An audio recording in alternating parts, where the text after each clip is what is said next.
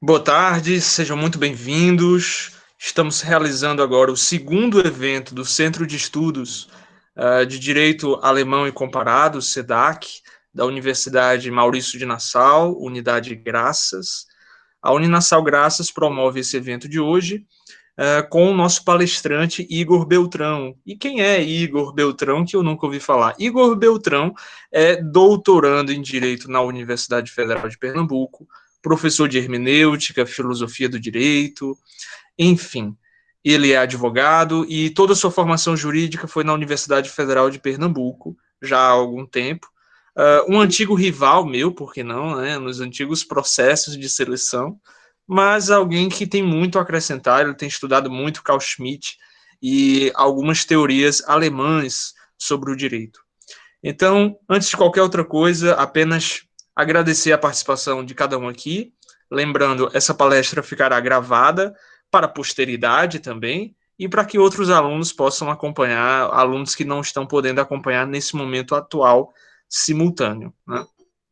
Então, sem mais delongas, para a gente não perder muito tempo com discussões desnecessárias, vamos ouvir então Igor Beltrão. Igor, seja muito bem-vindo à Uninassau Graças. Fique à vontade, fala um pouco sobre você, fala um pouco sobre o seu tema, enfim, traga suas provocações. Seja muito bem-vindo, amigo. Bom, Pedro, eu quero primeiro agradecer o convite, quero dizer que estou muito feliz.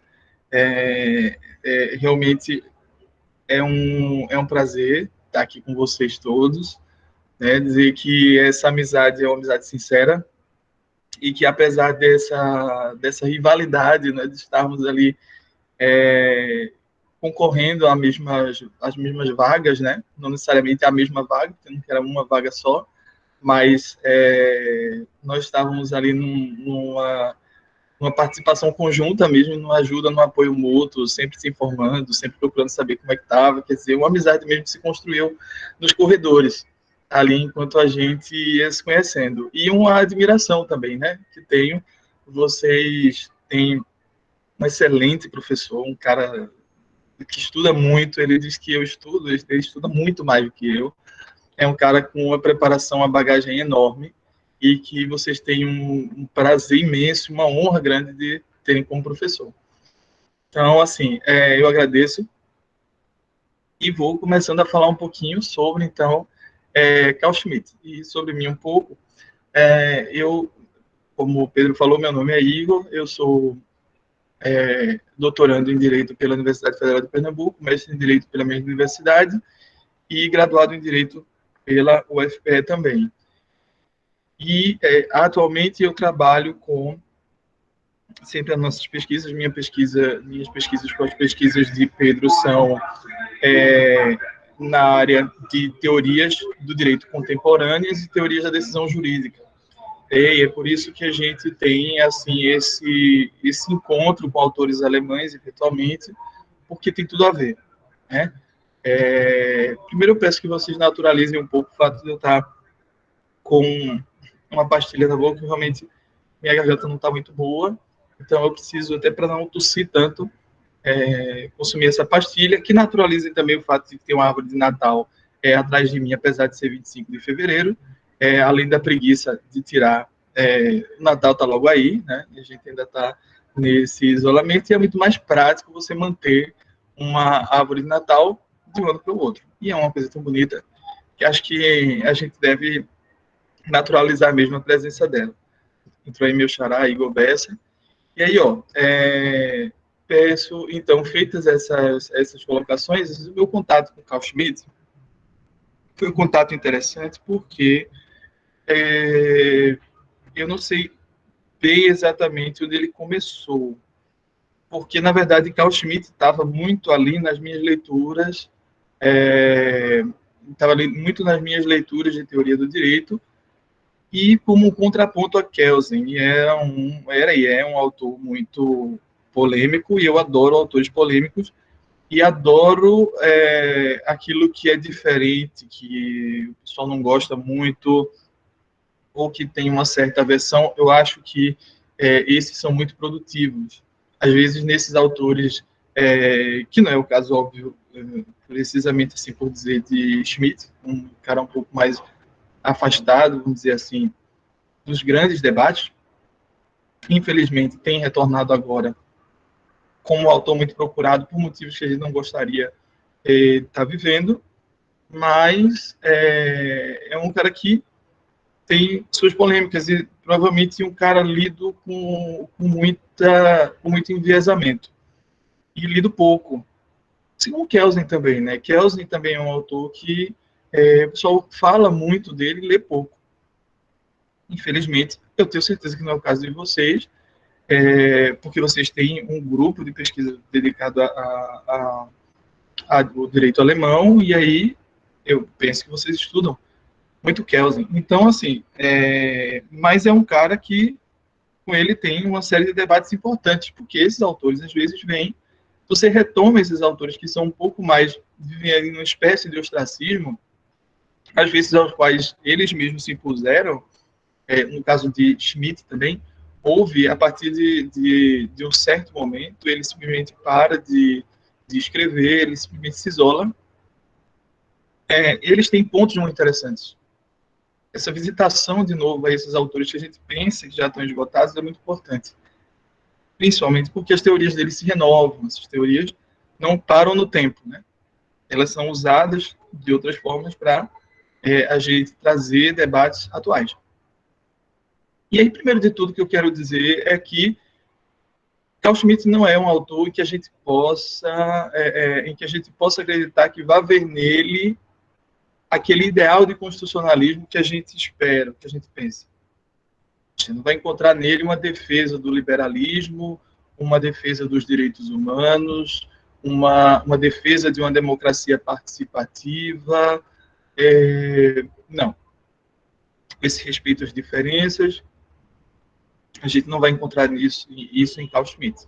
Carl Schmitt não é um autor que vai defender esses ideais, pelo contrário. Ele é profundamente crítico do liberalismo, ele está ali vivendo no início do século XX, no finzinho do século XIX para o início do século XX, está vivendo um momento conturbado, está vivendo ali nos escombros do liberalismo, percebendo aquele contexto social, aquele contexto prévio à guerra, e que a gente encontra uma animosidade excessiva, uma disputa muito profunda entre as nações europeias por território, por colônias, enfim, por questões também religiosas, porque não? Algumas nações europeias um tanto divididas nesse aspecto.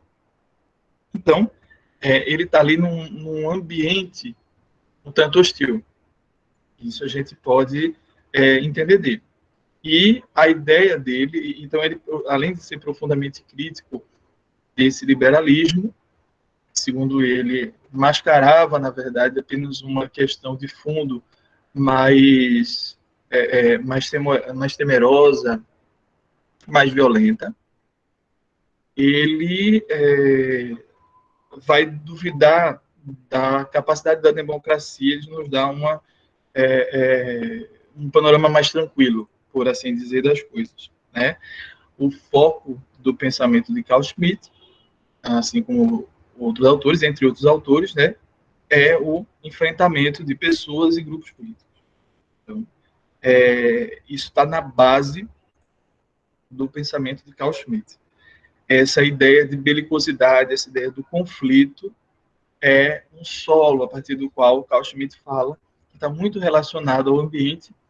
Ele, como um homem de seu tempo, refletia nas obras aquilo que era do seu contexto, aquilo que era algo muito caro e patente no tempo que ele vivia. Carl Schmitt era uma pessoa assim. Ele nasce em 1888, numa cidade pequena de Petersburgo. Desculpa, eu não sei como é que eu vou falar isso em alemão, mas ele nasce nessa cidadezinha ali, que é, na verdade, Plettenberg, né, na região protestante de Westfália. Ele é de uma família católica, então viu desde muito perto, desde muito cedo, essa ideia essa ideia do contexto religioso complicado, virulento, aquelas disputas, o preconceito, ele viveu isso muito de perto. E, então, é alguém que tem um conhecimento de causa. Ele começa seus estudos em Direito em 1907 e termina em 1910, um trabalho sobre os delitos e as modalidades delitivas. E eu lembro também que na fase da República de Weimar, é a fase em que Carl Schmitt escreveu algumas das obras mais importantes dele. O Romantismo Político, em 1919, A Ditadura, em 1921, Teologia Política, em 1922, Sobre o Parlamentarismo, em 1923, O Conceito do Político, em 1927, Teoria da Constituição, em 1928, O Defensor da Constituição, em 1931, e Legalidade e Legitimidade, em 1932. Ele, nessa fase, ele se dedicava à vida universitária. Em 1921, ele foi nomeado professor de Direito Público na Universidade de Greifswald, transferindo-se para a Universidade de Bonn, depois ocupando a vaga de Rudolf Mendes. Em 1928, que ele vai para Berlim e conhece Kelsen. Ele é um autor, como vocês já devem ter percebido no início, ele é um autor autoritário, um autor que foi, sim, filiado ao Partido Nacional Socialista, o partido de Hitler, mas, ao contrário do que muitos pensam, ele não é um grande filiado ao partido, ele não é ideário do movimento. Ele entra no partido em 1933, mas desde o início muita gente desconfiava de Carl Schmitt pelos amigos judeus que ele tinha, inclusive Kelsen, pelo cuidado com a ciência que ele tinha, pelo fato de ser católico. Tudo isso gerava ali em torno de Carl Schmitt uma certa dúvida, uma certa suspeita. Ele filia-se em 1933 ao Partido Nacional Socialista, que socialista só tem o nome, né? Lembrando que é um partido de direita, não é um partido socialista, não é um partido comunista. Mas ele até chega a escrever redigir algumas leis, redigir alguns projetos de lei e tal, mas nada fora disso. Nunca conheceu Hitler, nunca esteve perto daqueles de patente mais alta ou hierarquicamente mais superiores ali dentro. Em 1936, deixa o partido, na verdade, ele é expulso do partido em 1936. Como eu disse, havia muita disputa interna ali, e ele e depois desse período, acabada a guerra, ele vai ser julgado em Nuremberg, inocentado de participar, de ter esse envolvimento com o partido nazista de uma maneira ali profunda. Então ele vai ser inocentado disso. Mas depois desse período, lembrando que nesse momento em que ele está participando ali, filiado ao partido nazista, era uma questão muito de conveniência também. Foi assim que ele não conseguiu ser afastado da universidade, foi assim que ele conseguiu ali manter um certo padrão de vida, né? E quando ele sai, depois disso, ele passa mais alguns anos na universidade lecionando, mas ele se isola para escrever, se isola, salvo algumas viagens que faz, alguns encontros, algumas cartas, não tem uma produção, mas vocês percebem que ele produziu muito em pouco tempo. Os livros que eu citei aqui, em poucos anos, ele escreveu vários livros. E aí ele tem, esse é o caso ali. E morre velho, morre com 97 anos em 1985. Nasceu em 1888, morre aos 97 anos em 1985.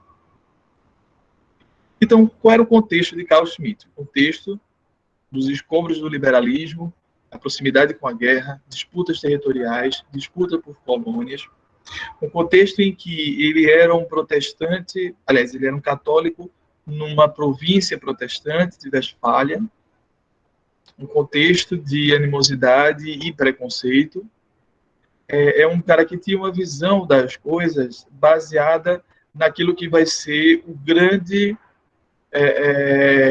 um diferencial na teoria dele, que é essa noção da antinomia amigo-inimigo.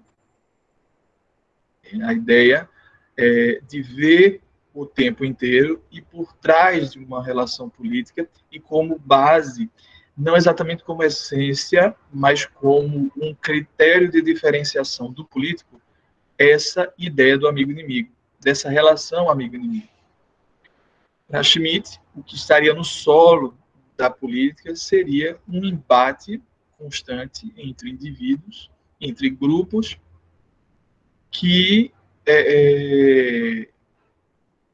tensionavam impor ou colocar sua visão política como aquela mais correta, aquela vitoriosa, aquela que subjugaria outras.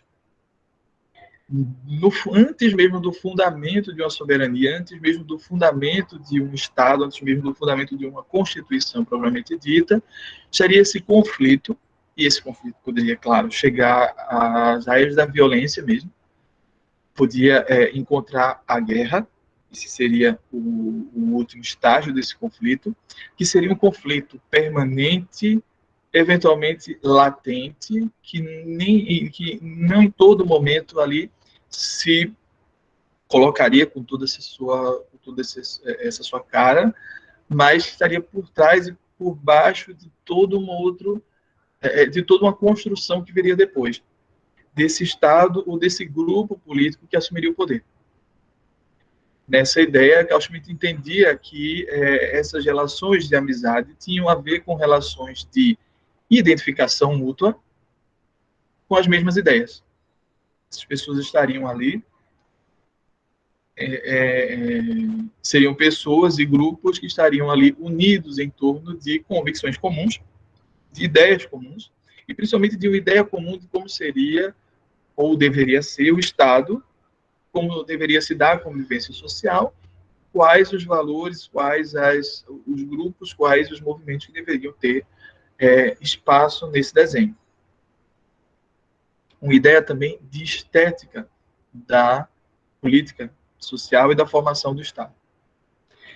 Do outro lado, estariam inimigos, aquelas pessoas que não que teriam pensamentos divergentes, pensamentos contrários, pensamentos antagônicos. E nesse antagonismo, eles eram vistos, de fato, como inimigos a quem se deveria ou conquistar ou destruir.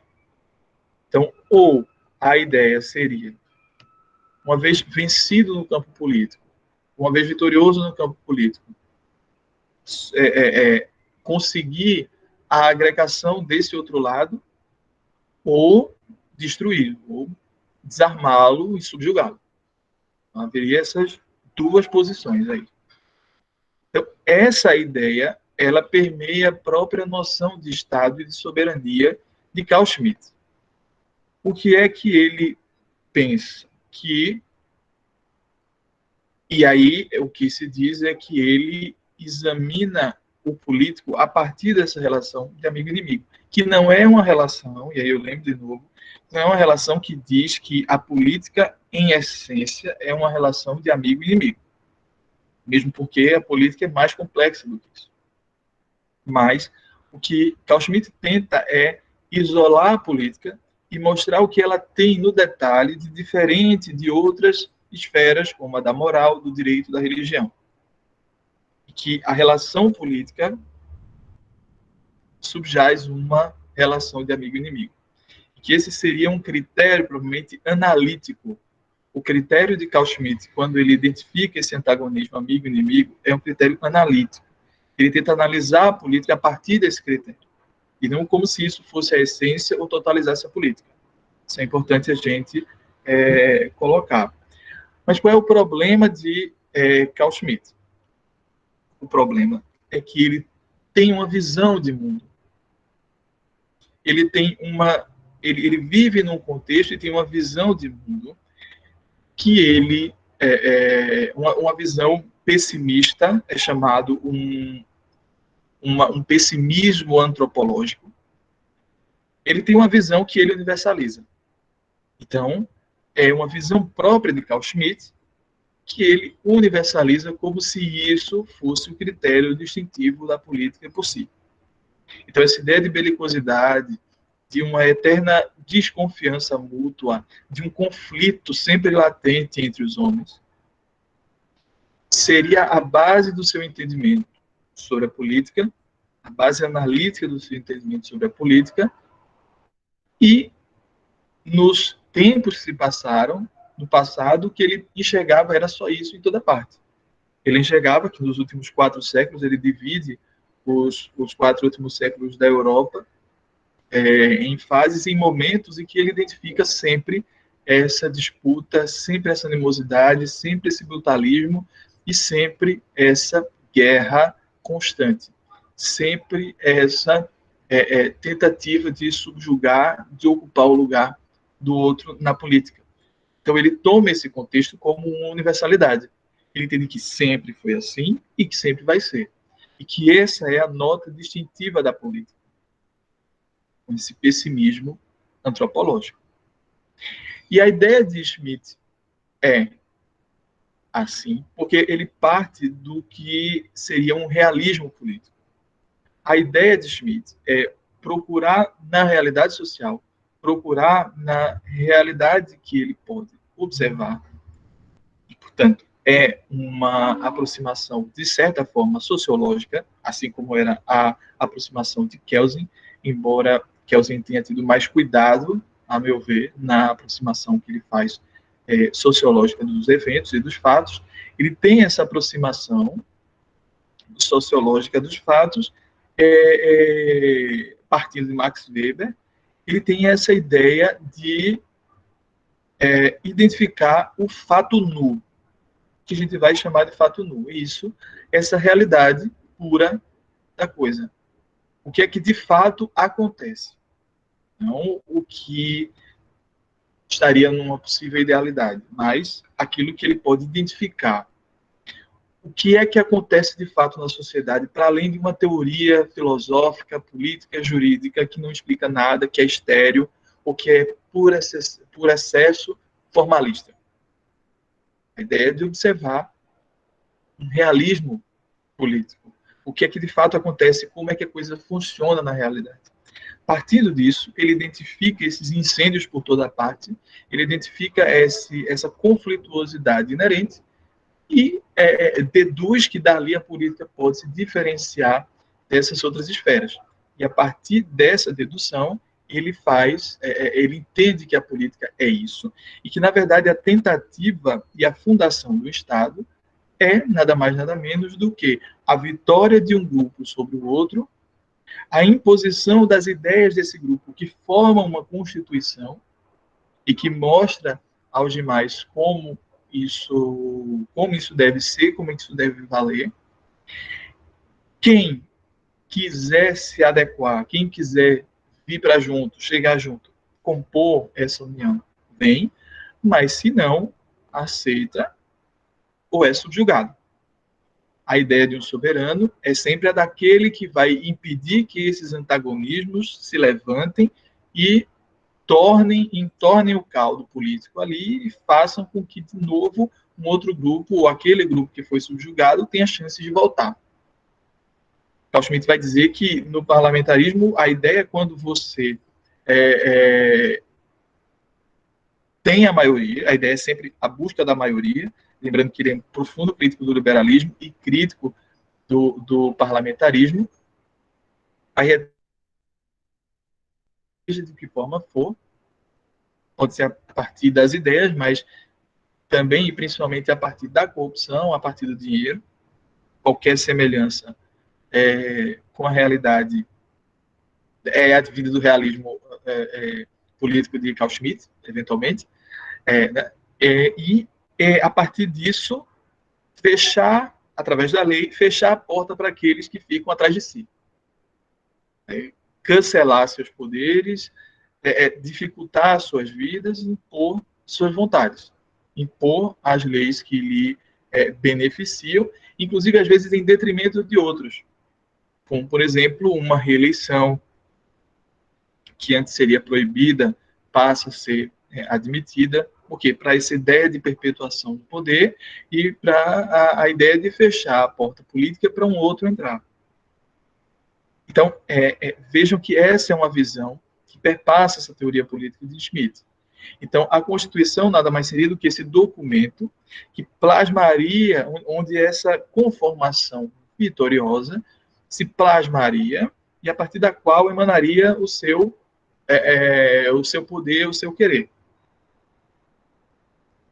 E que seria essa a ideia, e que o soberano, toda a soberania, estaria não exatamente ligada ao povo, porque o povo só seria chamado a aclamar o líder.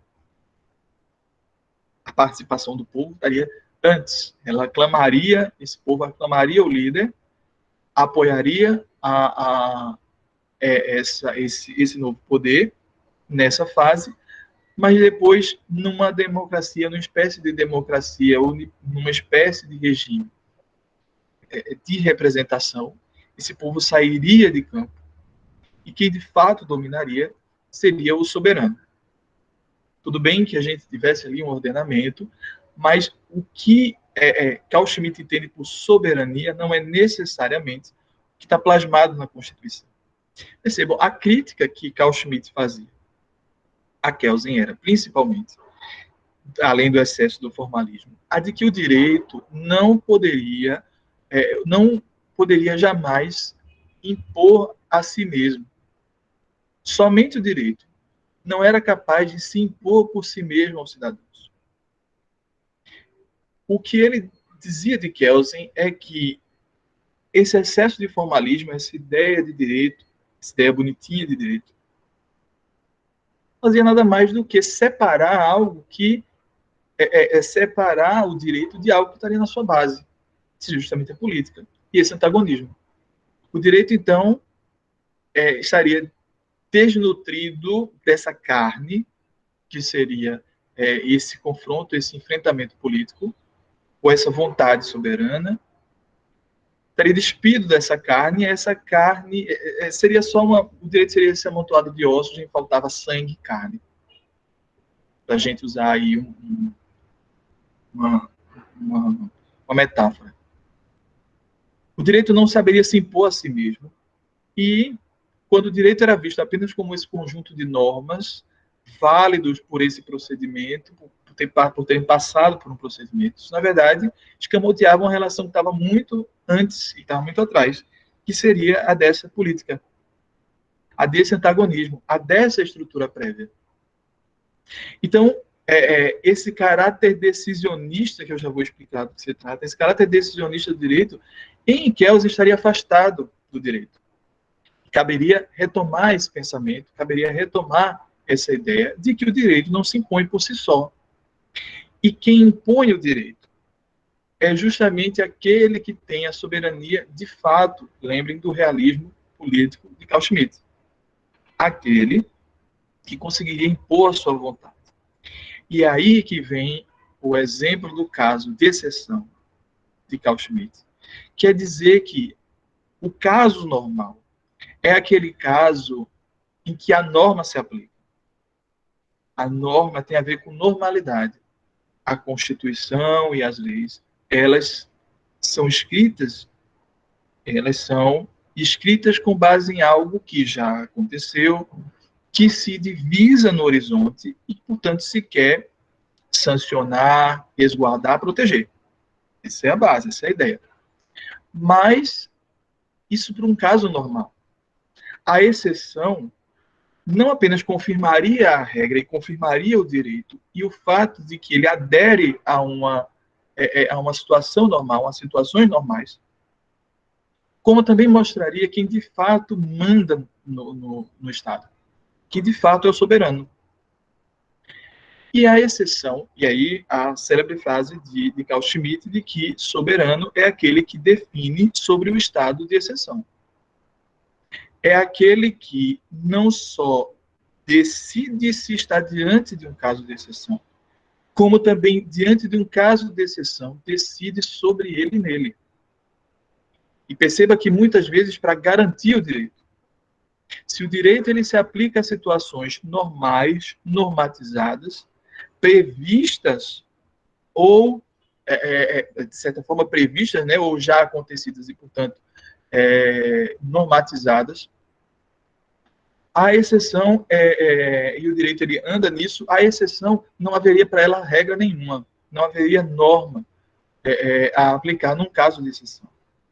E nesse caso, o direito não poderia atender eficazmente, e nem o fato de você, ou do soberano, ir perguntar ao parlamento, ou controlado ali pelo parlamento, ou mesmo perguntar às pessoas o que deveria fazer, talvez não tivesse tempo hábil para isso.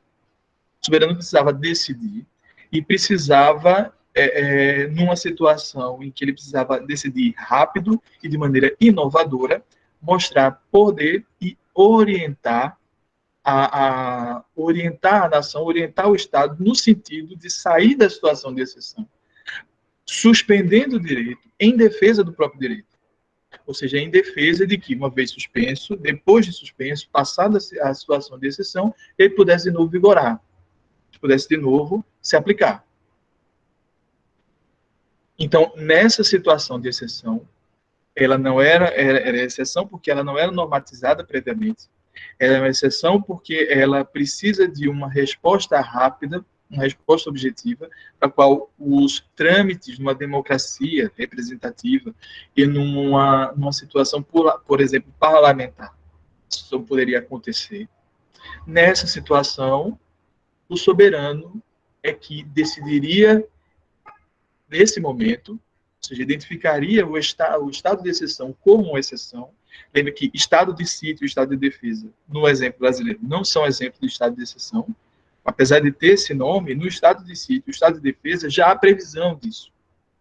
Já há previsão na Constituição sobre esses dois estados. E também o desenho disso. Quem vai fiscalizar, como é que isso deve ser feito.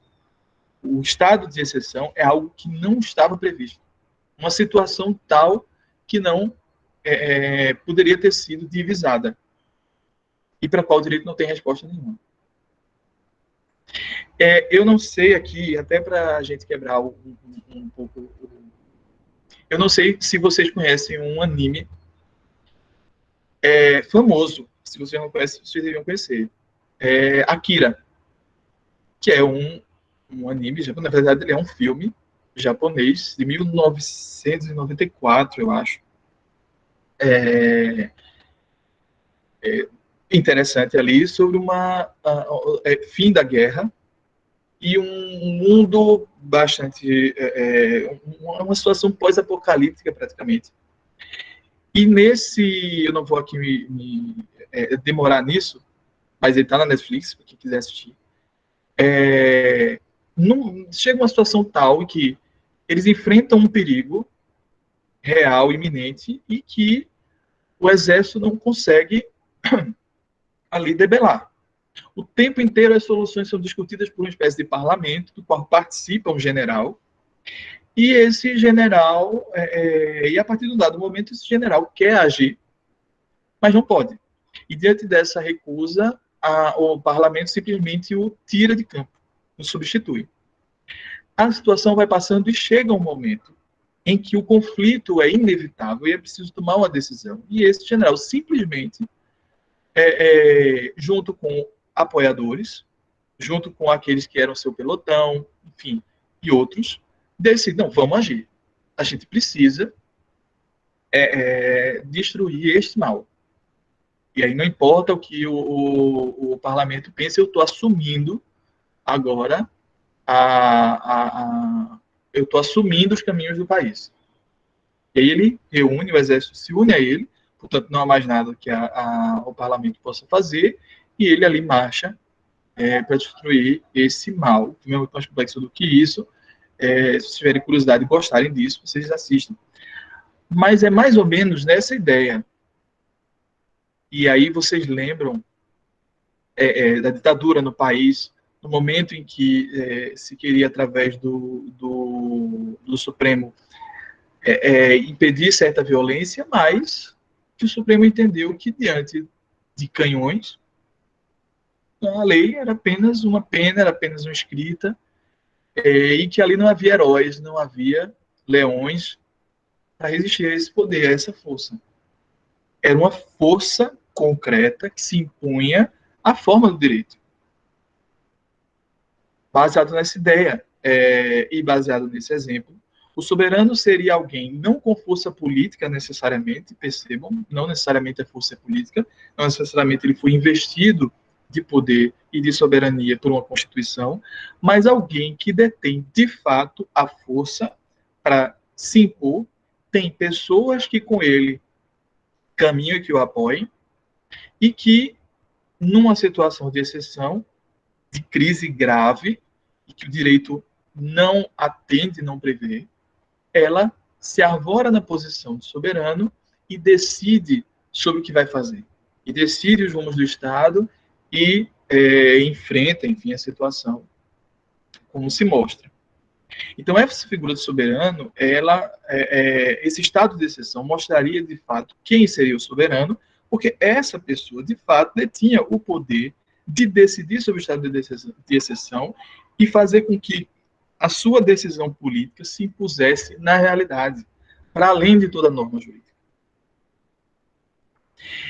E aí o que se vai extrapolar hoje em dia, dessa ideia de decisionismo de Schmitt, é basicamente tentar aproximar esse decisionismo no direito de algo que se poderia dizer exceção. Há alguns que dizem que o direito vive de exceções. Giorgio Agamben, eu acho que fala isso.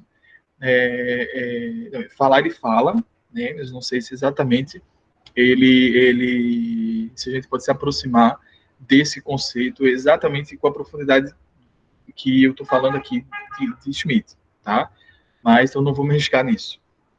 Mas a ideia é que o direito viveria de exceções, enfim, ou que um ativismo judicial seria uma quebra à exceção baseado no decisionismo de Carl Schmitt, mas, na verdade, o decisionismo de Carl Schmitt tem a ver com o que subjaz a norma.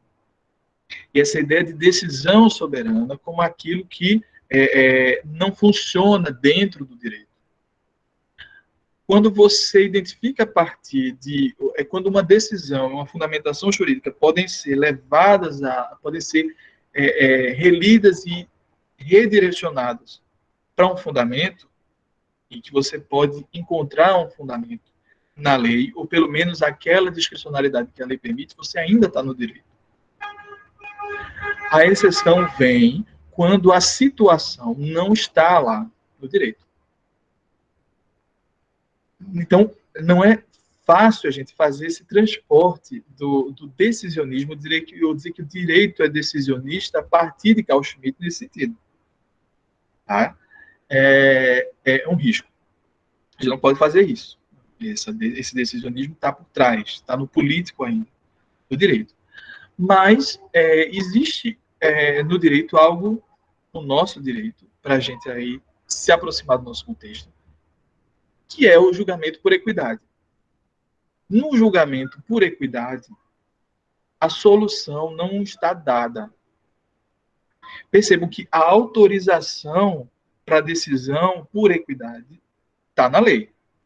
Só é possível decidir que um juiz, agora em um contexto de ciência do direito e para um contexto de jurisprudência, só é possível o juiz decidir por equidade quando a lei o define, quando a lei permite, autoriza que ele decida por equidade. No artigo 48 da Constituição de Weimar, havia um dispositivo, Carl Schmitt cita isso, havia um dispositivo que autorizava um estado de sítio, que autorizava o levantamento de alguns direitos e garantias fundamentais e que o soberano poderia utilizar em situações de emergência, de calamidade. Ele poderia fazer isso. E ele se revestiria de mais poderes. Só que esse exercício era fiscalizado pelo parlamento. Se não fosse isso, Carl Schmitt disse que esse artigo 48 permitiria que a Constituição engolisse a si mesma. Ela se destruísse a si mesma. Porque a partir desse momento em que seria um botão de autodestruição, uma espécie de botão de autodestruição, em que a Constituição, pelo artigo 48, permitiria que toda ela fosse levantada, destruída e refeita, se fosse o caso. Partindo desse pressuposto, um julgamento por equidade está previsto, e aí vindo agora para o direito, mais propriamente, um julgamento de equidade está previsto na lei, mas os seus contornos não. Claro que a forma de decisão, a depender de onde você está, numa hierarquia judicial, você pode ter sua decisão cassada ou não. Mas a equidade, o julgamento por equidade, traz uma solução que não existe previamente. Traz uma decisão que não está emoldurada, para citar Kelsen. E aí, nesse sentido, a equidade serviria como uma espécie de exceção, ou uma espécie de licença para o milagre. Quando Carl Schmitt diz, em Teologia Política, que é um dos livros mais emblemáticos, eu acho, um dos livros mais interessantes dele, que todos os conceitos relevantes de teoria do Estado são conceitos teológicos secularizados, o que ele está querendo dizer é que não só que por uma raiz histórica há uma evolução de certos conceitos teológicos para conceitos de direito, como também que muito do substrato que sustenta o argumento jurídico do direito e da soberania e das decisões soberanas está calcado numa espécie de teologia substituída por uma técnica. Ele fala do milagre, ele não cuida de dizer exatamente o que ele pensa sobre milagre, mas se a gente compreender milagre como qualquer coisa que aconteça do nada e sem explicação, qualquer coisa que fuja de uma ordem, e até isso que vem da teologia, a gente tem no direito, nessa ideia de que existe uma ordem, existe algo organizador, um sistema, e que há certa regularidade nas coisas, o milagre serviria para, fugindo dessa realidade, trazer algo que não se esperava, algo absolutamente inesperado, algo absolutamente novo, que sai dessa normalidade, mas que, no fim das contas, por uma explicação teológica, pode ser redirecionado a ela. Percebem? Pode ter vindo justamente para confirmar ou para assegurar a manutenção dela. A ideia do milagre serve para assegurar certas expectativas que serão cumpridas no futuro ou fazer com que você mantenha uma esperança em Deus de que aquilo vai acontecer, de que você vai ser salvo, de que aquela situação de desesperança e sofrimento vai ter um fim. Muito embora a situação concreta não mostre isso. Mas ela recoloca o sistema. Percebem? Quando o Carl Schmitt fala que uma decisão soberana, que um estado de exceção, que a decisão soberana surge como um milagre, ele está ali identificando essa ruptura, essa ideia de algo que sai do normal, algo que sai do equilíbrio e que reinstaura o equilíbrio. De certa forma, a equidade, a gente, numa metáfora, pode utilizar como esse milagre, porque a solução o sistema não traz, através dos outros dispositivos para que essa solução surja. Isso não acontece. A equidade vem trazer algo novo, o juízo de equidade vem trazer algo novo, fora de qualquer moldura. Então, aquele fato nu, aquela situação, ela é vestida de uma normatividade, vestida de uma argumentação jurídica que vem de uma persuasão ou de uma retórica que faz com que essa ideia de equidade, ou que remeta essa ideia de equidade a princípios de justiça, algo que o valha. Então, de certa forma, a gente pode entender que, no direito, apesar de se fazer ali o que se quer, num contexto de equidade, de certa liberdade para sair sair com uma solução inovadora, a ideia é que, a partir de uma argumentação, de uma retórica, como se queira, a partir da persuasão, se convença e se traga um conhecimento do cientista do direito ou do julgador, que permite dizer que ele não faz algo porque ele quer, mas ele faz algo porque ele foi autorizado a fazê-lo, porque ele tem competência para fazê-lo, porque ele conhece ou vê algo que os demais não veem, ou que detém uma competência, uma legitimidade que pode ser que lhe dá essa materialidade. Então, baseado nessa ideia, Pedro, eu acho que eu extrapolei meu tempo, eu não sei quanto tempo eu tenho, mas já estou terminando. Acho que já esgotei.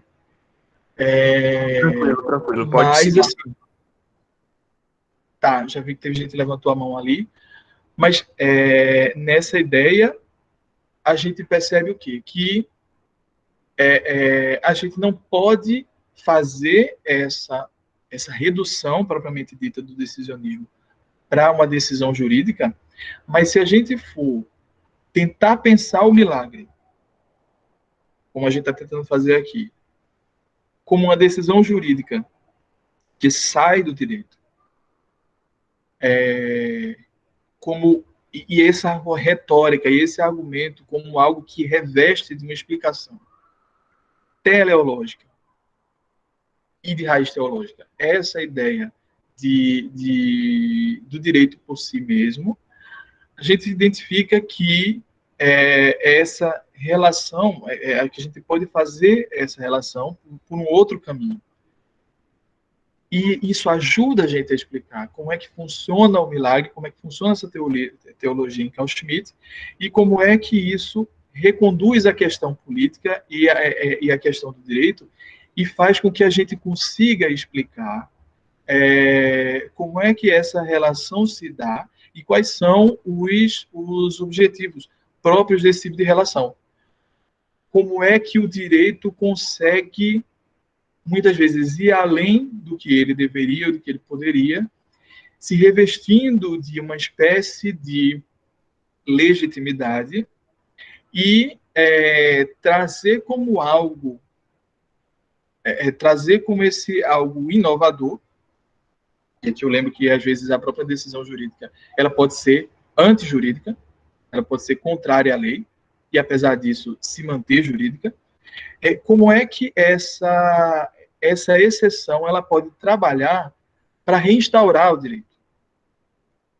Ou para que a gente possa explicar a utilidade do direito nessa ideia, ou como é que esse direito ele pode, na verdade, ser o fim último, que a própria ideia de decisão guarda essa conotação jurídica, como é que, na verdade, isso pode ser um ciclo, e que a gente possa perceber que há uma alimentação mútua da política e que essa decisão, em última instância, o próprio direito, a noção de ordenação, de ordem, de legitimidade, pode ser invocada, questões puramente de direito podem ser invocadas para explicar essa veste que recobre esse fato nu, que Carl Schmitt chama de política, ou desse antagonismo mesmo. Como é que a gente pode problematizar mais isso? Então, a ideia aqui é apresentar esse panorama, apresentar um pouco Carl Schmitt, muito resumidamente, e também tentar pensar criticamente esses conceitos dele, essa forma de ver o decisionismo de Carl Schmitt no direito, e não de dar, propriamente, fechar o pensamento. Né? Não se pode fechar pensamento nenhum, mas nessa ideia de fechar isso para colocar pontos de vista críticos, ou pontos de vista que problematizem hoje, para uma questão de decisão jurídica, essa interpretação da coisa e do direito de Carl Schmitt. Então, assim, eu estou agora à disposição de vocês. Essa foi a ideia, eu extrapolei o tempo, Pedro, desculpa. Mas estou à disposição para conversar mais. Perfeito, Igor, perfeito. Devo aqui dar os parabéns antes de qualquer coisa. Muito obrigado. Você passou por vários conceitos de Carl Schmitt, que são conceitos difíceis, complexos, mas você conseguiu relacionar muito bem esses conceitos e a gente começa já a fervilhar algumas ideias. Né? Eu queria, antes de mais nada, saudar aqui algumas pessoas. Nós temos os professores Lourenço Torres e o professor Flávio Porpino, que são professores também da Uninasal, que fazem parte do nosso grupo de estudos. Então, também, não sei se eles querem dar uma boa tarde, se eles querem usar a palavra aqui, mas também fiquem à vontade, tá? Temos aqui alunos que já levantaram a mão, que já devem fazer alguma intervenção. Para privilegiá-los aqui, vamos logo ouvir a Thay Costa e Luane Carvalho em seguida, pode ser assim? Thay, você tá nos escutando? Enquanto a Thay, não sei se ela quer escrever no chat ou fazer a pergunta por áudio. Flávio Purpino está falando aqui no chat, ótimo, perfeito, não pode abrir o áudio, mas está aqui participando, está ouvindo sua palestra sempre enriquecedora, Igor. Luane Carvalho, então, já que a Thay Costa não pode participar. Luane Carvalho. Oi, boa tarde. Vocês estão conseguindo me ouvir? Está um pouquinho baixo para mim, mas dá para entender, eu acho. Posso falar por aqui mesmo ou eu posso tentar sair e falar pelo outro microfone? Eu consigo ouvir, né? Eu estou ouvindo muito, muito, muito baixo. Então, só um momento. Eu vou sair da sala e já entro, ok? Tá bom. Vai trocar de dispositivo. Tá certo. A Thay Costa nos escuta? Ela levantou a mão também. Outros alunos querem fazer pergunta também? Ieda, Fátima, Miguel, Otto. Alguém quer fazer alguma indagação? O Hugo aí, que está presente, nosso amigo Hugo Lima, que está aí. Sim, o Hugo mestrando lá da gente. Boa tarde, Hugo Lima. Tudo bem com você? Ele é mais kantiano. Nosso kantiano. Mas, enfim. Eu vou, então, fazer logo uma provocação, Igor. Eu vou dizer o seguinte, considerando a sua trajetória na Faculdade de Direito do Recife, considerando que você já foi monitor de João Maurício Adeodato, estagiário de Gustavo Juste, Torquato, enfim, os maiores nomes, talvez, de teoria do direito, ou alguns dos maiores nomes, do início dos anos 2000, pelo menos, né, dessa geração. Considerando essa perspectiva, entre aspas aqui, crítica em relação à decisão judicial, como você acha que, tudo bem, entender a interpretação como ato político, até em Kelsen a gente consegue isso, né? Dentro da moldura, no caso.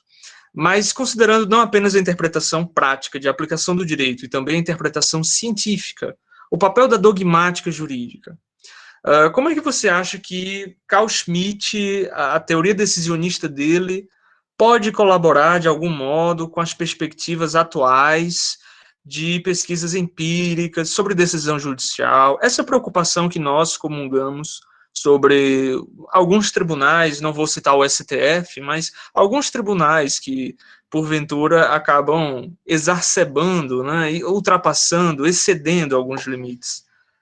Como é que você vê isso utilizando Carl Schmitt? É possível utilizar Carl Schmitt para isso? Ou eu estaria forçando o Carl Schmitt? Pedro, obrigado pela pergunta. Eu acho que, primeiro, eu acho que quando a gente lida com um autor, e que a gente tem, isso aí eu aprendi com Mariana, né, querida Mariana Fischer, que está me orientando agora, Torquato e Mariana, é que de um autor como esse, distante há tanto tempo da gente, e com conceitos tão gerais, e tão situado, de certa forma, alguma coisa que a gente fala pode parecer anacrônica, mas é por isso, porque a gente está lidando com um autor do começo, enfim, mas da produção dele ali, mais no começo do século XX. Então, a gente está lidando com outro estado de coisas, um outro tipo de ciência do direito, um outro tipo de dogmática. O ideal seria encontrar pessoas que dialogam hoje com Carl Schmitt, que estudaram com Carl Schmitt, mas que outras gerações de juristas que possam ter uma proximidade maior com ele hoje.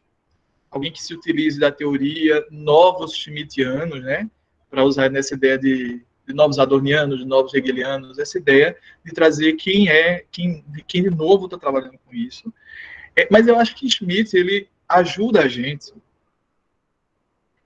É engraçado que quando a gente começa a observar a teoria dele e começa a observar o cenário mundial e alguns exemplos pontuais, a gente começa a perceber que talvez ele não estivesse tão longe da verdade nessa ideia de antagonismos. Mas o problema do pessimismo antropológico dele, o problema de não ver soluções, de não acertar, a gente já superou, de certa forma, essa fase de um antagonismo em que simplesmente não se convive com o diferente. Há convivência e há espaços democráticos para o diálogo e para o surgimento de leis que sejam compatíveis e que convivam ali e que abram espaço para o diferente. Então a gente superou, de certa forma, não é exatamente preto no branco como ele estava vendo ali. Lembrando que a situação que ele via ali era uma situação problemática, estava num contexto conturbado. Mas eu acho que ele principalmente pode ajudar a gente olha, identifica algumas situações e caramba, Carl Schmitt está muito certo. Eu vejo algumas pessoas, eu vejo alguns artigos.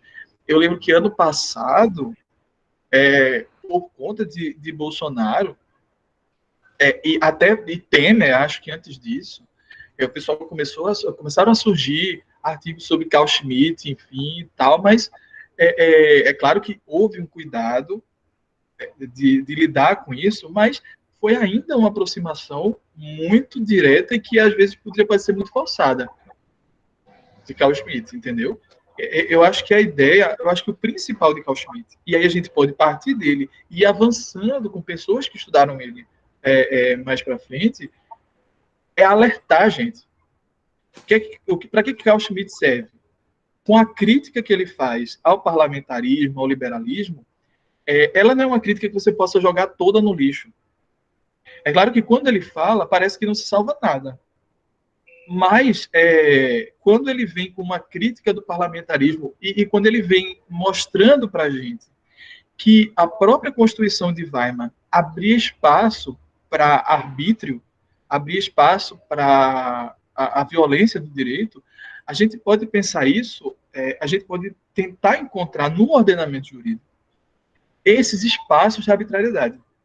A gente pode tentar, quando o Carl Schmitt vem, ele vem para mostrar vícios do parlamentarismo, por exemplo, essa possibilidade, essa ideia de quebra da lógica de representatividade, quando você negocia cargos, quando você negocia posições políticas, quando você consegue comprar uma lei, ele alerta para isso, e é um alerta que a gente tem que estar prestando atenção até hoje. E quando ele diz que existem dispositivos, quando ele mostra na Constituição que a Constituição é frágil e que ela abre portas, um estado de sítio, uma lei de segurança nacional, abrem espaços perigosos para que se dê muito poder a poucas pessoas. Então, acho que principalmente Carl Schmitt vem para chamar a nossa atenção, muito embora a ideia dele tenha sido diferente, porque ele de certa forma, era um autor autoritário, então ele preferia, de certa forma, essa condução por um personagem ou por poucos personagens ali. Ele serve para alertar para a gente para perigos que são da ordem do dia. A gente pode usar ele na pesquisa, identificando eventualmente esses lugares de fragilidade do direito, esses lugares em que o direito abre espaço para a arbitrariedade, e para que a gente critique o próprio funcionamento do parlamentarismo, do parlamento, do nosso Congresso Nacional, por exemplo, identificando esses desvios do sistema, essa ideia de quebra da representação.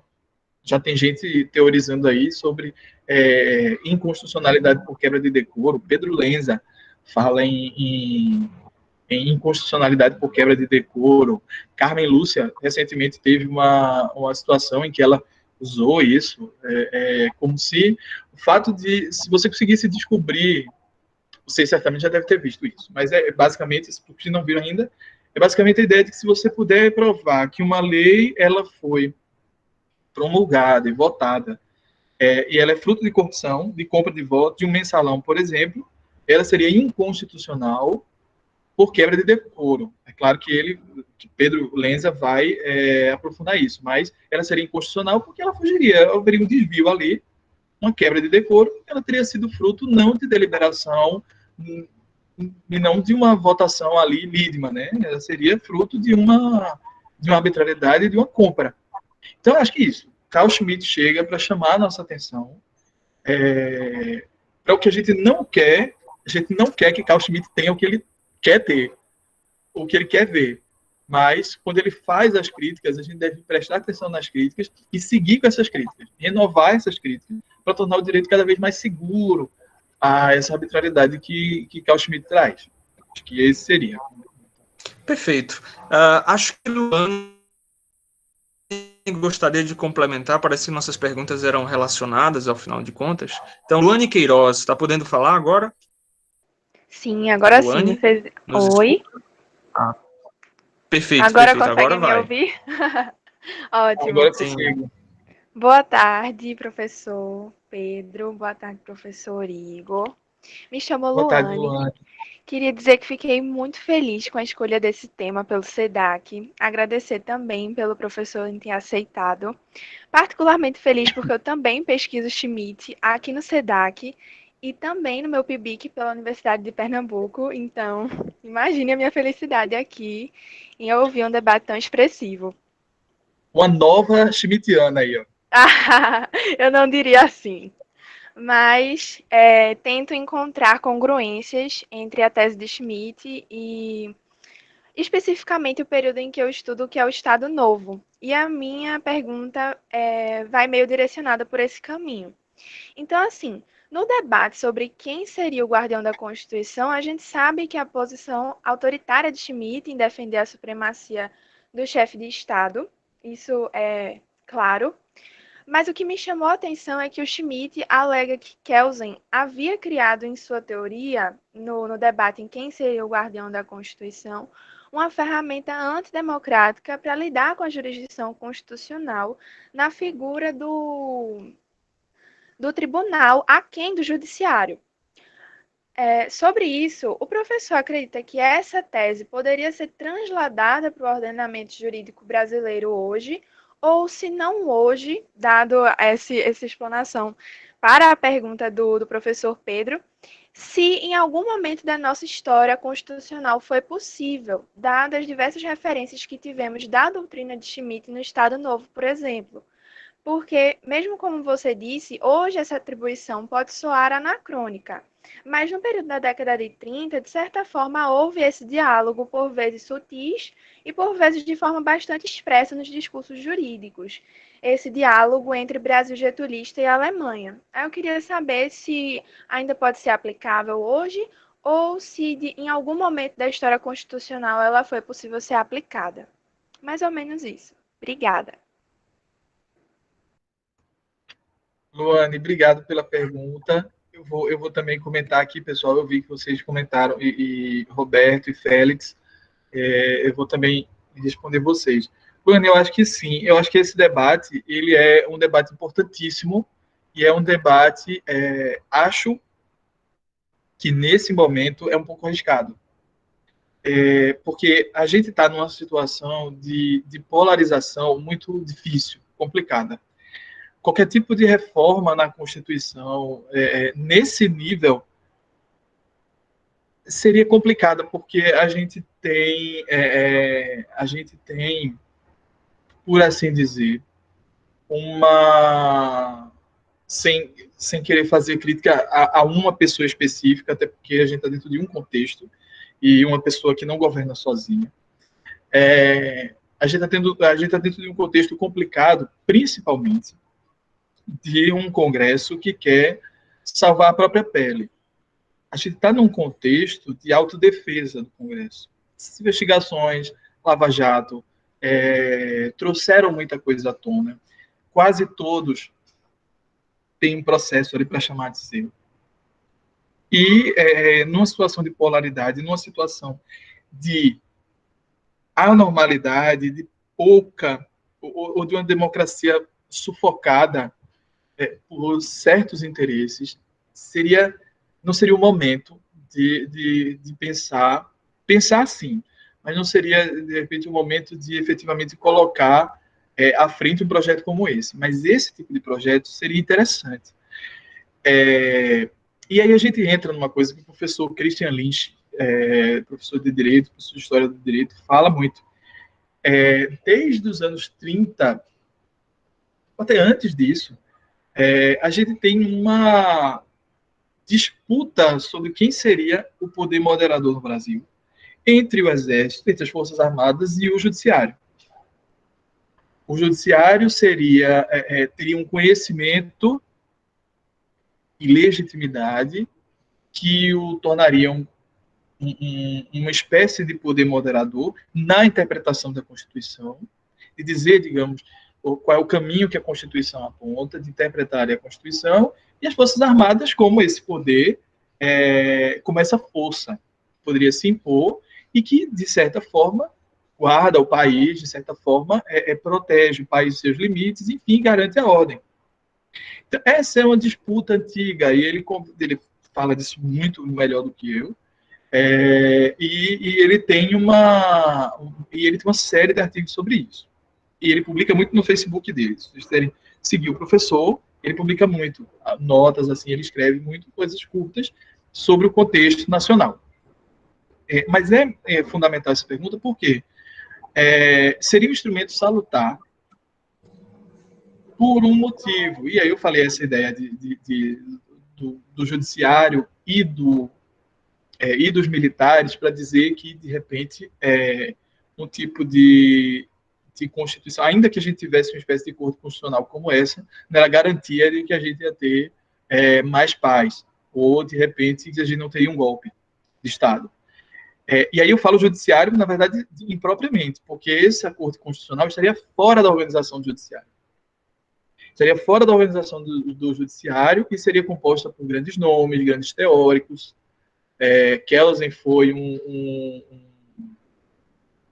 integrante. Então, assim, é interessante e é salutar, primeiro porque a gente centralizaria questões constitucionais, de interpretação constitucional, num lugar, a gente não misturaria o Supremo com essas questões constitucionais e, ao mesmo tempo, sendo uma corte recursal, e a gente teria, então, maior celeridade, o que se espera, né? Maior celeridade, porque muita coisa ia sair do colo do STF, o STF poderia trabalhar como uma espécie de tribunal recursal mesmo, e questões de grande relevância e de interpretação constitucional, de verniz constitucional, ficariam centralizadas, seriam em menor parte, haveria mais tempo de dedicação para aquele tribunal ali, para se dedicar àquilo, a gente não confundiria essas proporções.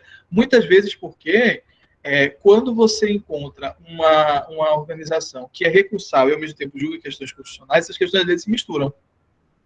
Porque, eventualmente, a interpretação constitucional interfere na decisão jurídica recursal. A gente tem o caso da presunção de inocência. Se você, de repente, se essa questão tivesse... E aí o STF se torna uma espécie de... Quando ele veio para trazer segurança jurídica, ele se torna uma fonte de insegurança jurídica, por conta dessas mudanças. E muitas vezes a gente sabe que essas mudanças elas têm alguma conotação política também. Mas essas mudanças chegam e justamente num curso de um recurso. Percebe? Então, mudam às vezes pelo momento do recurso e Carmen Lúcia diz que não tem, mas tem. O processo tem capa. Quando um juiz, especialmente um juiz do STF, vai julgar, ele sabe quem ele está julgando. Entende? Uma corte constitucional, você teria menos essa interferência. Por quê? Porque você não estaria julgando um caso concreto. Você não estaria julgando uma pessoa, você estaria julgando um direito em tese. O problema seria, o que é que o STF iria dizer? Porque a parte dele ser o corte constitucional e recursal tem a ver com a própria interferência do STF. Há debates interessantes e há livros interessantes falando justamente sobre a formação da Constituição de 88 e o papel de ministros hoje do STF, inclusive Gilmar Mendes, papéis importantes em como é que ia ser o desenho da Corte Constitucional do país. Na Constituição de 88, eles participaram disso. Se haveria espaço, como que seria feita essa seleção? sei lá, professores, academias, universidades, quem escolheria os ministros, os juízes dessa corte? Né? E ela não iria ali participar e não garantiria segurança em caso de eventual golpe, porque contra a força das armas, o pessoal do tribunal não poderia fazer nada. Mas eu acho que seria salutar, por uma questão de economia processual, por uma questão de decisões políticas não intervirem de uma maneira tão concreta, às num recurso, mas quando uma interpretação lá em cima vincula essa interpretação. A gente teria, ao que me consta, uma estabilidade maior das interpretações e um tribunal que sairia um pouco do circuito. Então, seria menos visado. Entende? Eles não lidariam, por exemplo, que existe o fato do Congresso ter tantos processos no Supremo complica a relação. Porque se você consegue, tem certas coisas que você consegue ou faz simplesmente porque você tem o rabo preso. Há quem diga que um processo de impeachment não foi levado adiante por Rodrigo Maia porque o Rodrigo Maia tinha um processo ali na agulha contra ele para ser ajuizado, que a PGR poderia ajuizar. E a gente sabe que acontecem, às vezes, acordos nesse campo, que as coisas simplesmente não acontecem por isso. Então, um papel, uma intrusão do STF muito grande nesse cenário. E vice-versa. Porque se o STF puxa um pouco a corda, lá vem o Congresso tentar votar medidas para contenção do STF. Percebe que a confusão é grande e atrapalha. Então, eu acho que essa ideia keynesiana não é uma ideia ruim. Acho que é uma ideia excelente. Países que a implementaram, de certa forma, tiveram sucesso. Acho que esse debate é um debate que não pode ser enterrado. Acho que não há clima político agora para isso, mas que é um debate mas que é algo que seria bom que acontecesse no futuro. Seria bom que a gente tivesse uma corte dessa, um acordo constitucional propriamente dito. É verdade, professor. E no fim das contas, a gente vê que o fato não é mesmo nu. São muitas nuances, muitas narrativas que porventura nos impedem de bater de frente com essa tese. Mas, de toda forma, agradeço muito pela sua explanação e foi um prazer em conhecê-lo. Espero lhe encontrar mais vezes. Conte comigo. Obrigada, professor. Nada. Perfeito. Igor, eu não vou ter tempo. Sim, diga. Pedro, Roberto e Félix falaram aqui.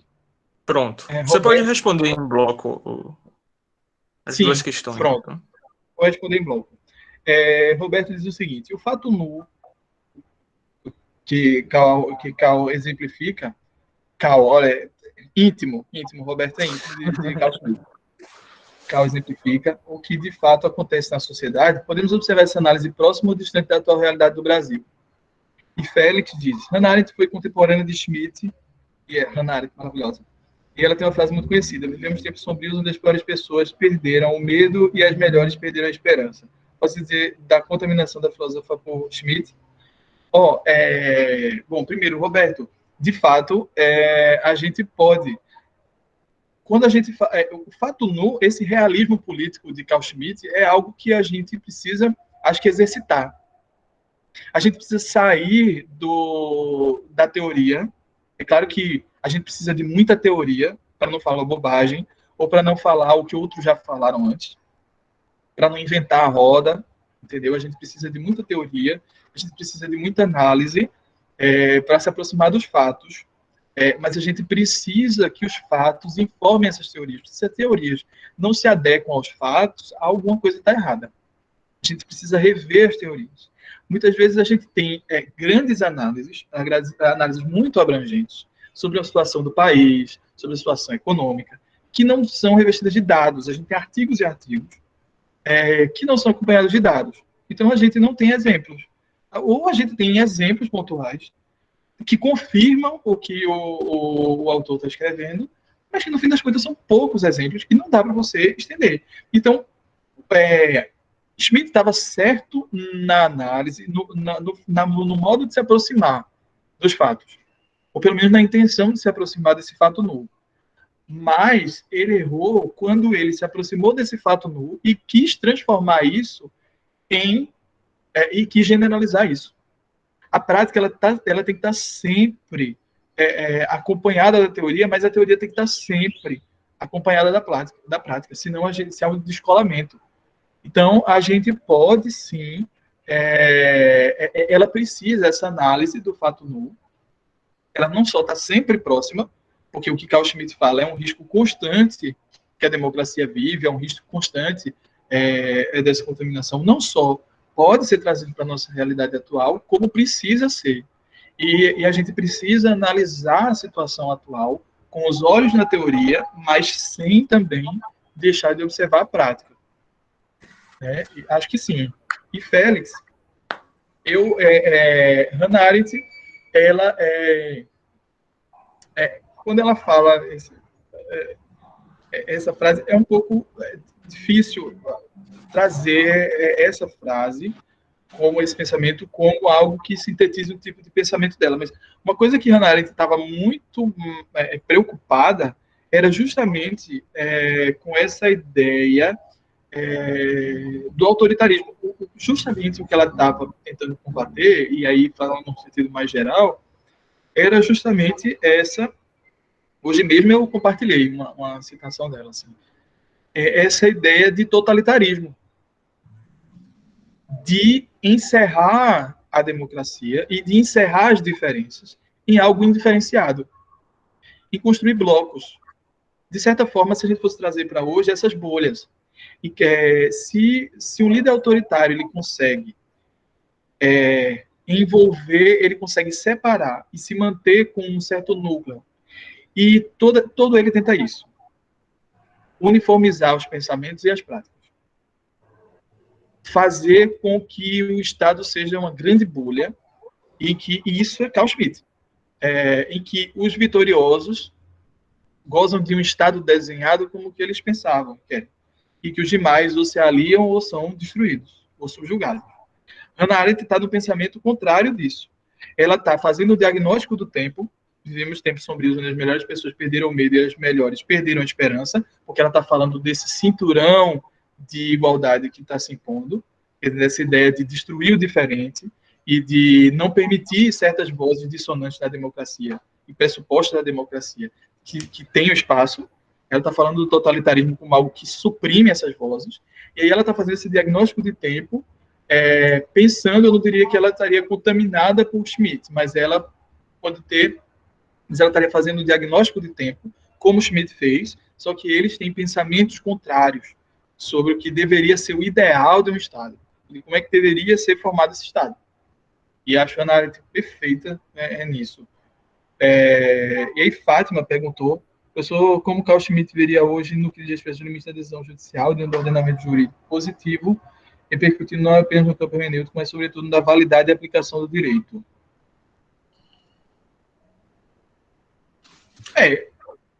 Posso só acrescentar algo? Só acrescentar rapidamente algo. Vou pegar carona na pergunta da Fátima também. Vejam só, nos primeiros anos de República, no Poder Executivo, Deodoro da Fonseca foi eleito, uma eleição difícil contra Prudente de Moraes, enfim. E Marechal Deodoro venceu a eleição, dizem, porque o parlamento tinha medo, inclusive, que ele desse um novo golpe, e, no entanto, ele não conseguia governar com o parlamento. Nós tivemos a nossa primeira experiência de estado de sítio na República, já com o primeiro presidente da República.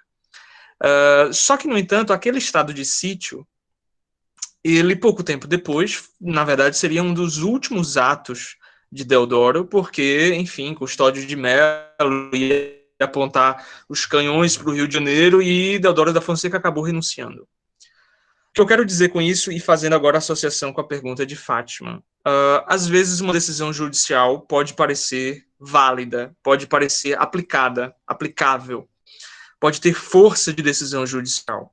Mas e se por acaso logo em seguida o Senado Federal disser, não, eu não vou cumprir essa decisão, não reconheço a competência do tribunal para esse tipo de matéria? Ou qualquer outra forma de deslegitimidade, ou qualquer forma de restrição futura dessa decisão, né? o STF decide a vaquejada é inconstitucional, mas em seguida, em razão das reações parlamentares, etc., volta um pouco na sua posição. Então, em termos de validade, o conceito talvez de validade jurídica dessa decisão, dessa força obrigatória das decisões judiciais, em Carl Schmitt, como é que isso seria visto? Quais seriam os limites dessa validade? Então, nessa toada eu digo assim, que eu acho que Carl Schmitt, acho que ele estaria confirmando aí uma série de coisas dentro dele, se ele observasse uma situação em que o tribunal decidisse alguma coisa e alguém simplesmente recusasse, porque a gente vive, e é por isso que é um perigo muito grande quando a gente não, e aqui eu não estou querendo fazer campanha absolutamente nenhuma política, mas é muito difícil quando as pessoas elas partem de um debate político para uma discussão sobre a verdade, ou sobre verdades. Quando as pessoas não podem concordar minimamente sobre o que é verdade ou não, isso é muito perigoso para a democracia e para a conformação do Estado. Quando a gente participa numa democracia e a gente entende, assimila uma Constituição e assimila um ordenamento como o nosso, a gente está ali, na verdade, concordando com um acordo que envolve a todos. Em maior ou menor medida, é preciso que haja uma cumplicidade entre os poderes, que haja um respeito mútuo e uma ordenação, uma ideia de fazer com que as coisas funcionem numa certa ideia de que é preferível que eu tenha certos limites à minha vontade do que viver numa espécie de anomia. Então, há acordos ali, há acordos dentro do Estado de conformação jurídica e que são muito tênues. É preciso incorporar a Constituição, né, nos poderes. E o que é que a gente identifica aqui, possivelmente, se isso não estiver bem incorporado, ou se alguém, de fato, encontrasse em condições de peitar uma decisão judicial, como um senador, por exemplo, ele provavelmente tem garantias de que ele não vai ser punido por aquilo. Ou ele pode testar certos limites. Então, se isso se confirma, então isso é muito perigoso. Porque aquela decisão é válida, porque aí a gente lembrando, até de uma doutrina kelseniana, é uma decisão válida, porque ela foi tomada de acordo com as regras do jogo e por quem tinha legitimidade para isso. Mas ela não tem eficácia, porque ela não se concretiza. Os resultados dela não são vistos. Então, você permanece sempre com aquela ideia de que é uma decisão válida, que ela deveria ter sido obedecida, de que a regra, a norma está sendo seguida, uma espécie de atmosfera normativa, tudo está ali funcionando, as instituições estão funcionando, mas se por trás disso você percebe que essa ideia de dizer, não, mas essa ideia contrafática do direito, da decisão. Mas não, o fato dela não se confirmar na realidade não significa que ela não permanece válida, não significa que eu ainda não posso reclamar ela. E você pode reclamar muito, você pode reclamar demais, mas se você não consegue, se você não tem os instrumentos e pessoas que se alinhem a você em defesa dessa Constituição, você não tem nada. Você tem um discurso que é vencido pela força. Então, num realismo político de Carl Schmitt, o discurso, uma decisão como essa, e uma atuação como essa de alguém que não se submetesse à decisão, se um STF da vida, por exemplo, não conseguisse fazer valer por nenhum outro meio a decisão, porque o senador não cumpriu, e digamos, se enviasse o exército ou a polícia para pegar esse senador, a polícia se recusasse a entrar ou não tivesse autorização para entrar, ou de repente um determinado grupo de policiais, uma determinada facção crítica do STF entendesse que não era o caso, que haveria perseguição política, que aquela decisão foi política do ministro do STF e não cumprisse a decisão, como é que ia ficar o STF? Desmoralizado. E é por isso que é essa crítica que Carl Schmitt faz a Kelsen. O direito não consegue impor-se a si mesmo, sem a força. Então, senão não passa de discurso. E Ehring, né? Não passa de discurso.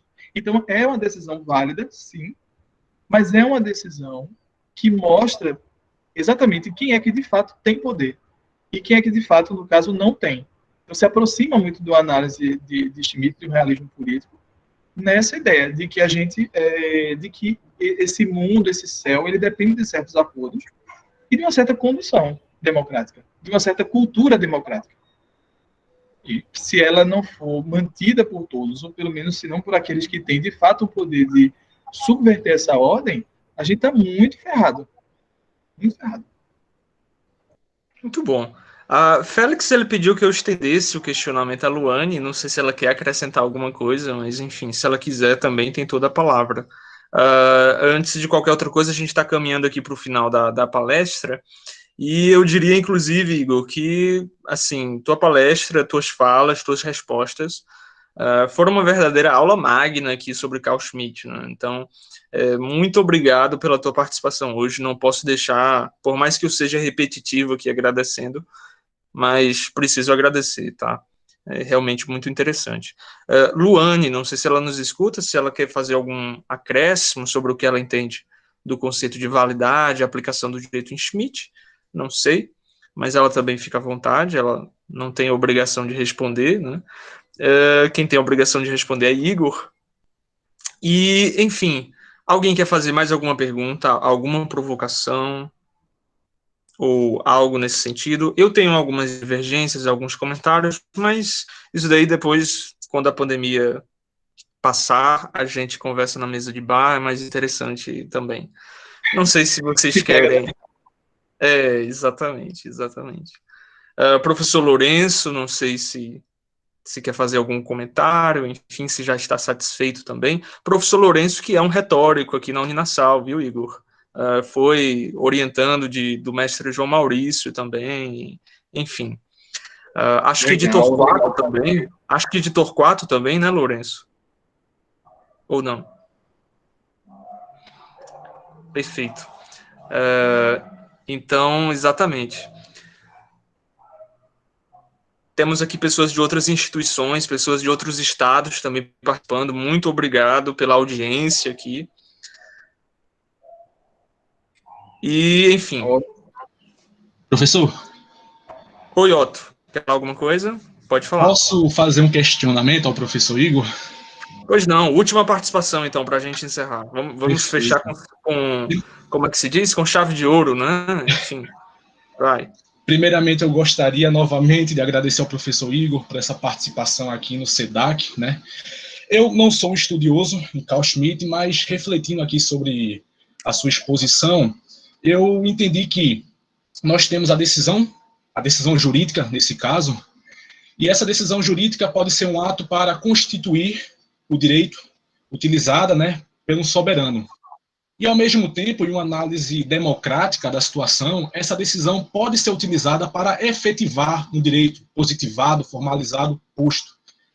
O senhor consegue observar algum elemento objetivo para notar essa distinção entre uma decisão autoritária e uma decisão, por assim dizer, democrática, uma decisão que, em vez de querer impor algo, tenta efetivar algo já posto, e a gente pode utilizar alguns casos aqui, casos concretos, do Supremo Tribunal Federal, para tentar assimilar o pensamento. Não sei se foi também uma pergunta válida no contexto da exposição de hoje, mas eu gostaria de agradecer a sua participação aqui no evento do SEDAC. Obrigado. Obrigado a vocês, obrigado, Pedro, pela generosidade das palavras. Obrigado, Otto, por essa participação. Assim, sim, achei interessante a pergunta, e quando a gente, um elemento objetivo para a gente analisar isso, eu acho que teria a ver com a participação, teria a ver com a pluralidade de participação. Cachorro latindo. Teria a ver com a pluralidade dessa participação. O que Schmitt vai dizer é que antes da ordem jurídica existe a decisão. E quem toma essa decisão, que funda uma ordem jurídica nova, é quem tem o poder e a força concreta ali, com força mesmo, assim, o poder, tem as armas, tem a espada. E que fora disso, que basicamente o resto é conversa. Assim, ó, eu instauro aqui o Estado. A nova ordem inaugurada por mim, pelo soberano. A partir disso, nós nós desenhamos o Estado. Desenhamos o Estado. A Constituição, o ordenamento é todo ali desenhado e a gente vai viver de acordo com aquilo. A tensão política e essas divergências, esse antagonismo vai estar sempre ali latente. O soberano vai ser aquele que vai estar eventualmente suprimindo isso, impedindo que essa força disruptiva surja. Mas, eventualmente, em caso de exceção, esse soberano volta e impõe a sua vontade. Mas talvez ele não seja aquele que necessariamente é o que instalou a ordem, né? Aquele que vai permanecer no poder. De repente, o soberano se mostra outro, alguém que, no caso de exceção, toma o poder, e assim sucessivamente. Eu acho que esse elemento objetivo que diferenciaria uma decisão, uma instauração política mais democrática, seria justamente essa ideia de pluralidade, em que o corpo político aparecesse com o povo ali, de uma certa forma mais direta, e não apenas por aclamação, mas participando na elaboração, digamos, de uma reforma constitucional. Mas eu acho que a decisão soberana, acho que o que a gente teria de diferença seria justamente essa autoridade, esse autoritarismo, essa liderança pela força mais centralizada. O elemento objetivo seria isso, por assim dizer, uma pluralidade, que seria mais a ver com a democracia, mas que Carl Schmitt, pelo pessimismo dele, encararia isso como não muito efetivo. Na realidade, ele diria, não, tudo bem. As pessoas se sentaram ali para escrever uma Constituição. Mas o soberano, a pessoa que, sei lá, participou de uma revolução, essa revolução tem um líder, esse líder mobilizou ali o pessoal, ele efetivamente ele vai ter ascendência sobre aquele pessoal, vai conseguir definir o que vai entrar e o que não vai entrar, entendeu? Acho que a força, a centralidade, a concentração dessa força, eu acho que seria um elemento para a gente identificar. E partindo dessa ideia de que essa decisão, ela instaura uma ordem jurídica nova. Então, tudo que vier depois, democracia, parlamentarismo, o desenho, o regime que fosse seguido, vem depois disso. Por uma noção schmittiana, assim. A decisão vem antes disso tudo. A decisão é que mostra que esse castelo de cartas, na verdade, ele se centra na vontade de uma ou poucas pessoas. Perfeito, excelente, então. Por isso, inclusive, é nesse sentido que quando a gente abre os livros de direito constitucional e a gente vai estudar os conceitos de Constituição, tem lá Carl Schmitt com essa ideia de conjunto de decisões fundamentais, porque são essas decisões que dão origem à ordem jurídica, né? São elas que validam a ordem jurídica. Vejam, é uma ótica diferente daquilo que tradicionalmente a gente estuda na graduação. Então, foi excelente, Igor, principalmente por conta desse aprofundamento em Carl Schmitt, que cada vez mais tem sido comentado dentro das faculdades brasileiras. Ele tem ganhado muito espaço também, é algo que vocês poderão se deparar por aí, numa pós-graduação, ou enfim, nunca se sabe quais os rumos que nós vamos levar no futuro. Bem, então agora eu vou encerrar a gravação, a não ser que se alguém quiser fazer mais alguma coisa, vou encerrar a gravação, agradecendo a presença de todos, alunos da Uninasal, alunos de outras instituições, os professores que participaram aqui, Lourenço, Flávio Porpino, muito obrigado, e principalmente o palestrante, claro, né? Igor Beltrão é o nome dele, decorem esse nome, no futuro vocês vão encontrar em alguma livraria livros best-sellers, né, um dos mais vendidos. Enfim, muito obrigado pela tua apresentação e finalizamos aqui. Acompanhe as redes sociais, porque a gente vai tentar disponibilizar no YouTube para a posteridade, para vocês reassistirem, se perderam algum momento, a conexão caiu, enfim, vai ficar no YouTube e na página do Instagram do SEDAC a gente vai divulgar os próximos eventos também, tá certo? Então, pessoal, boa tarde, aproveitemos o final de semana, a Carol Conká finalmente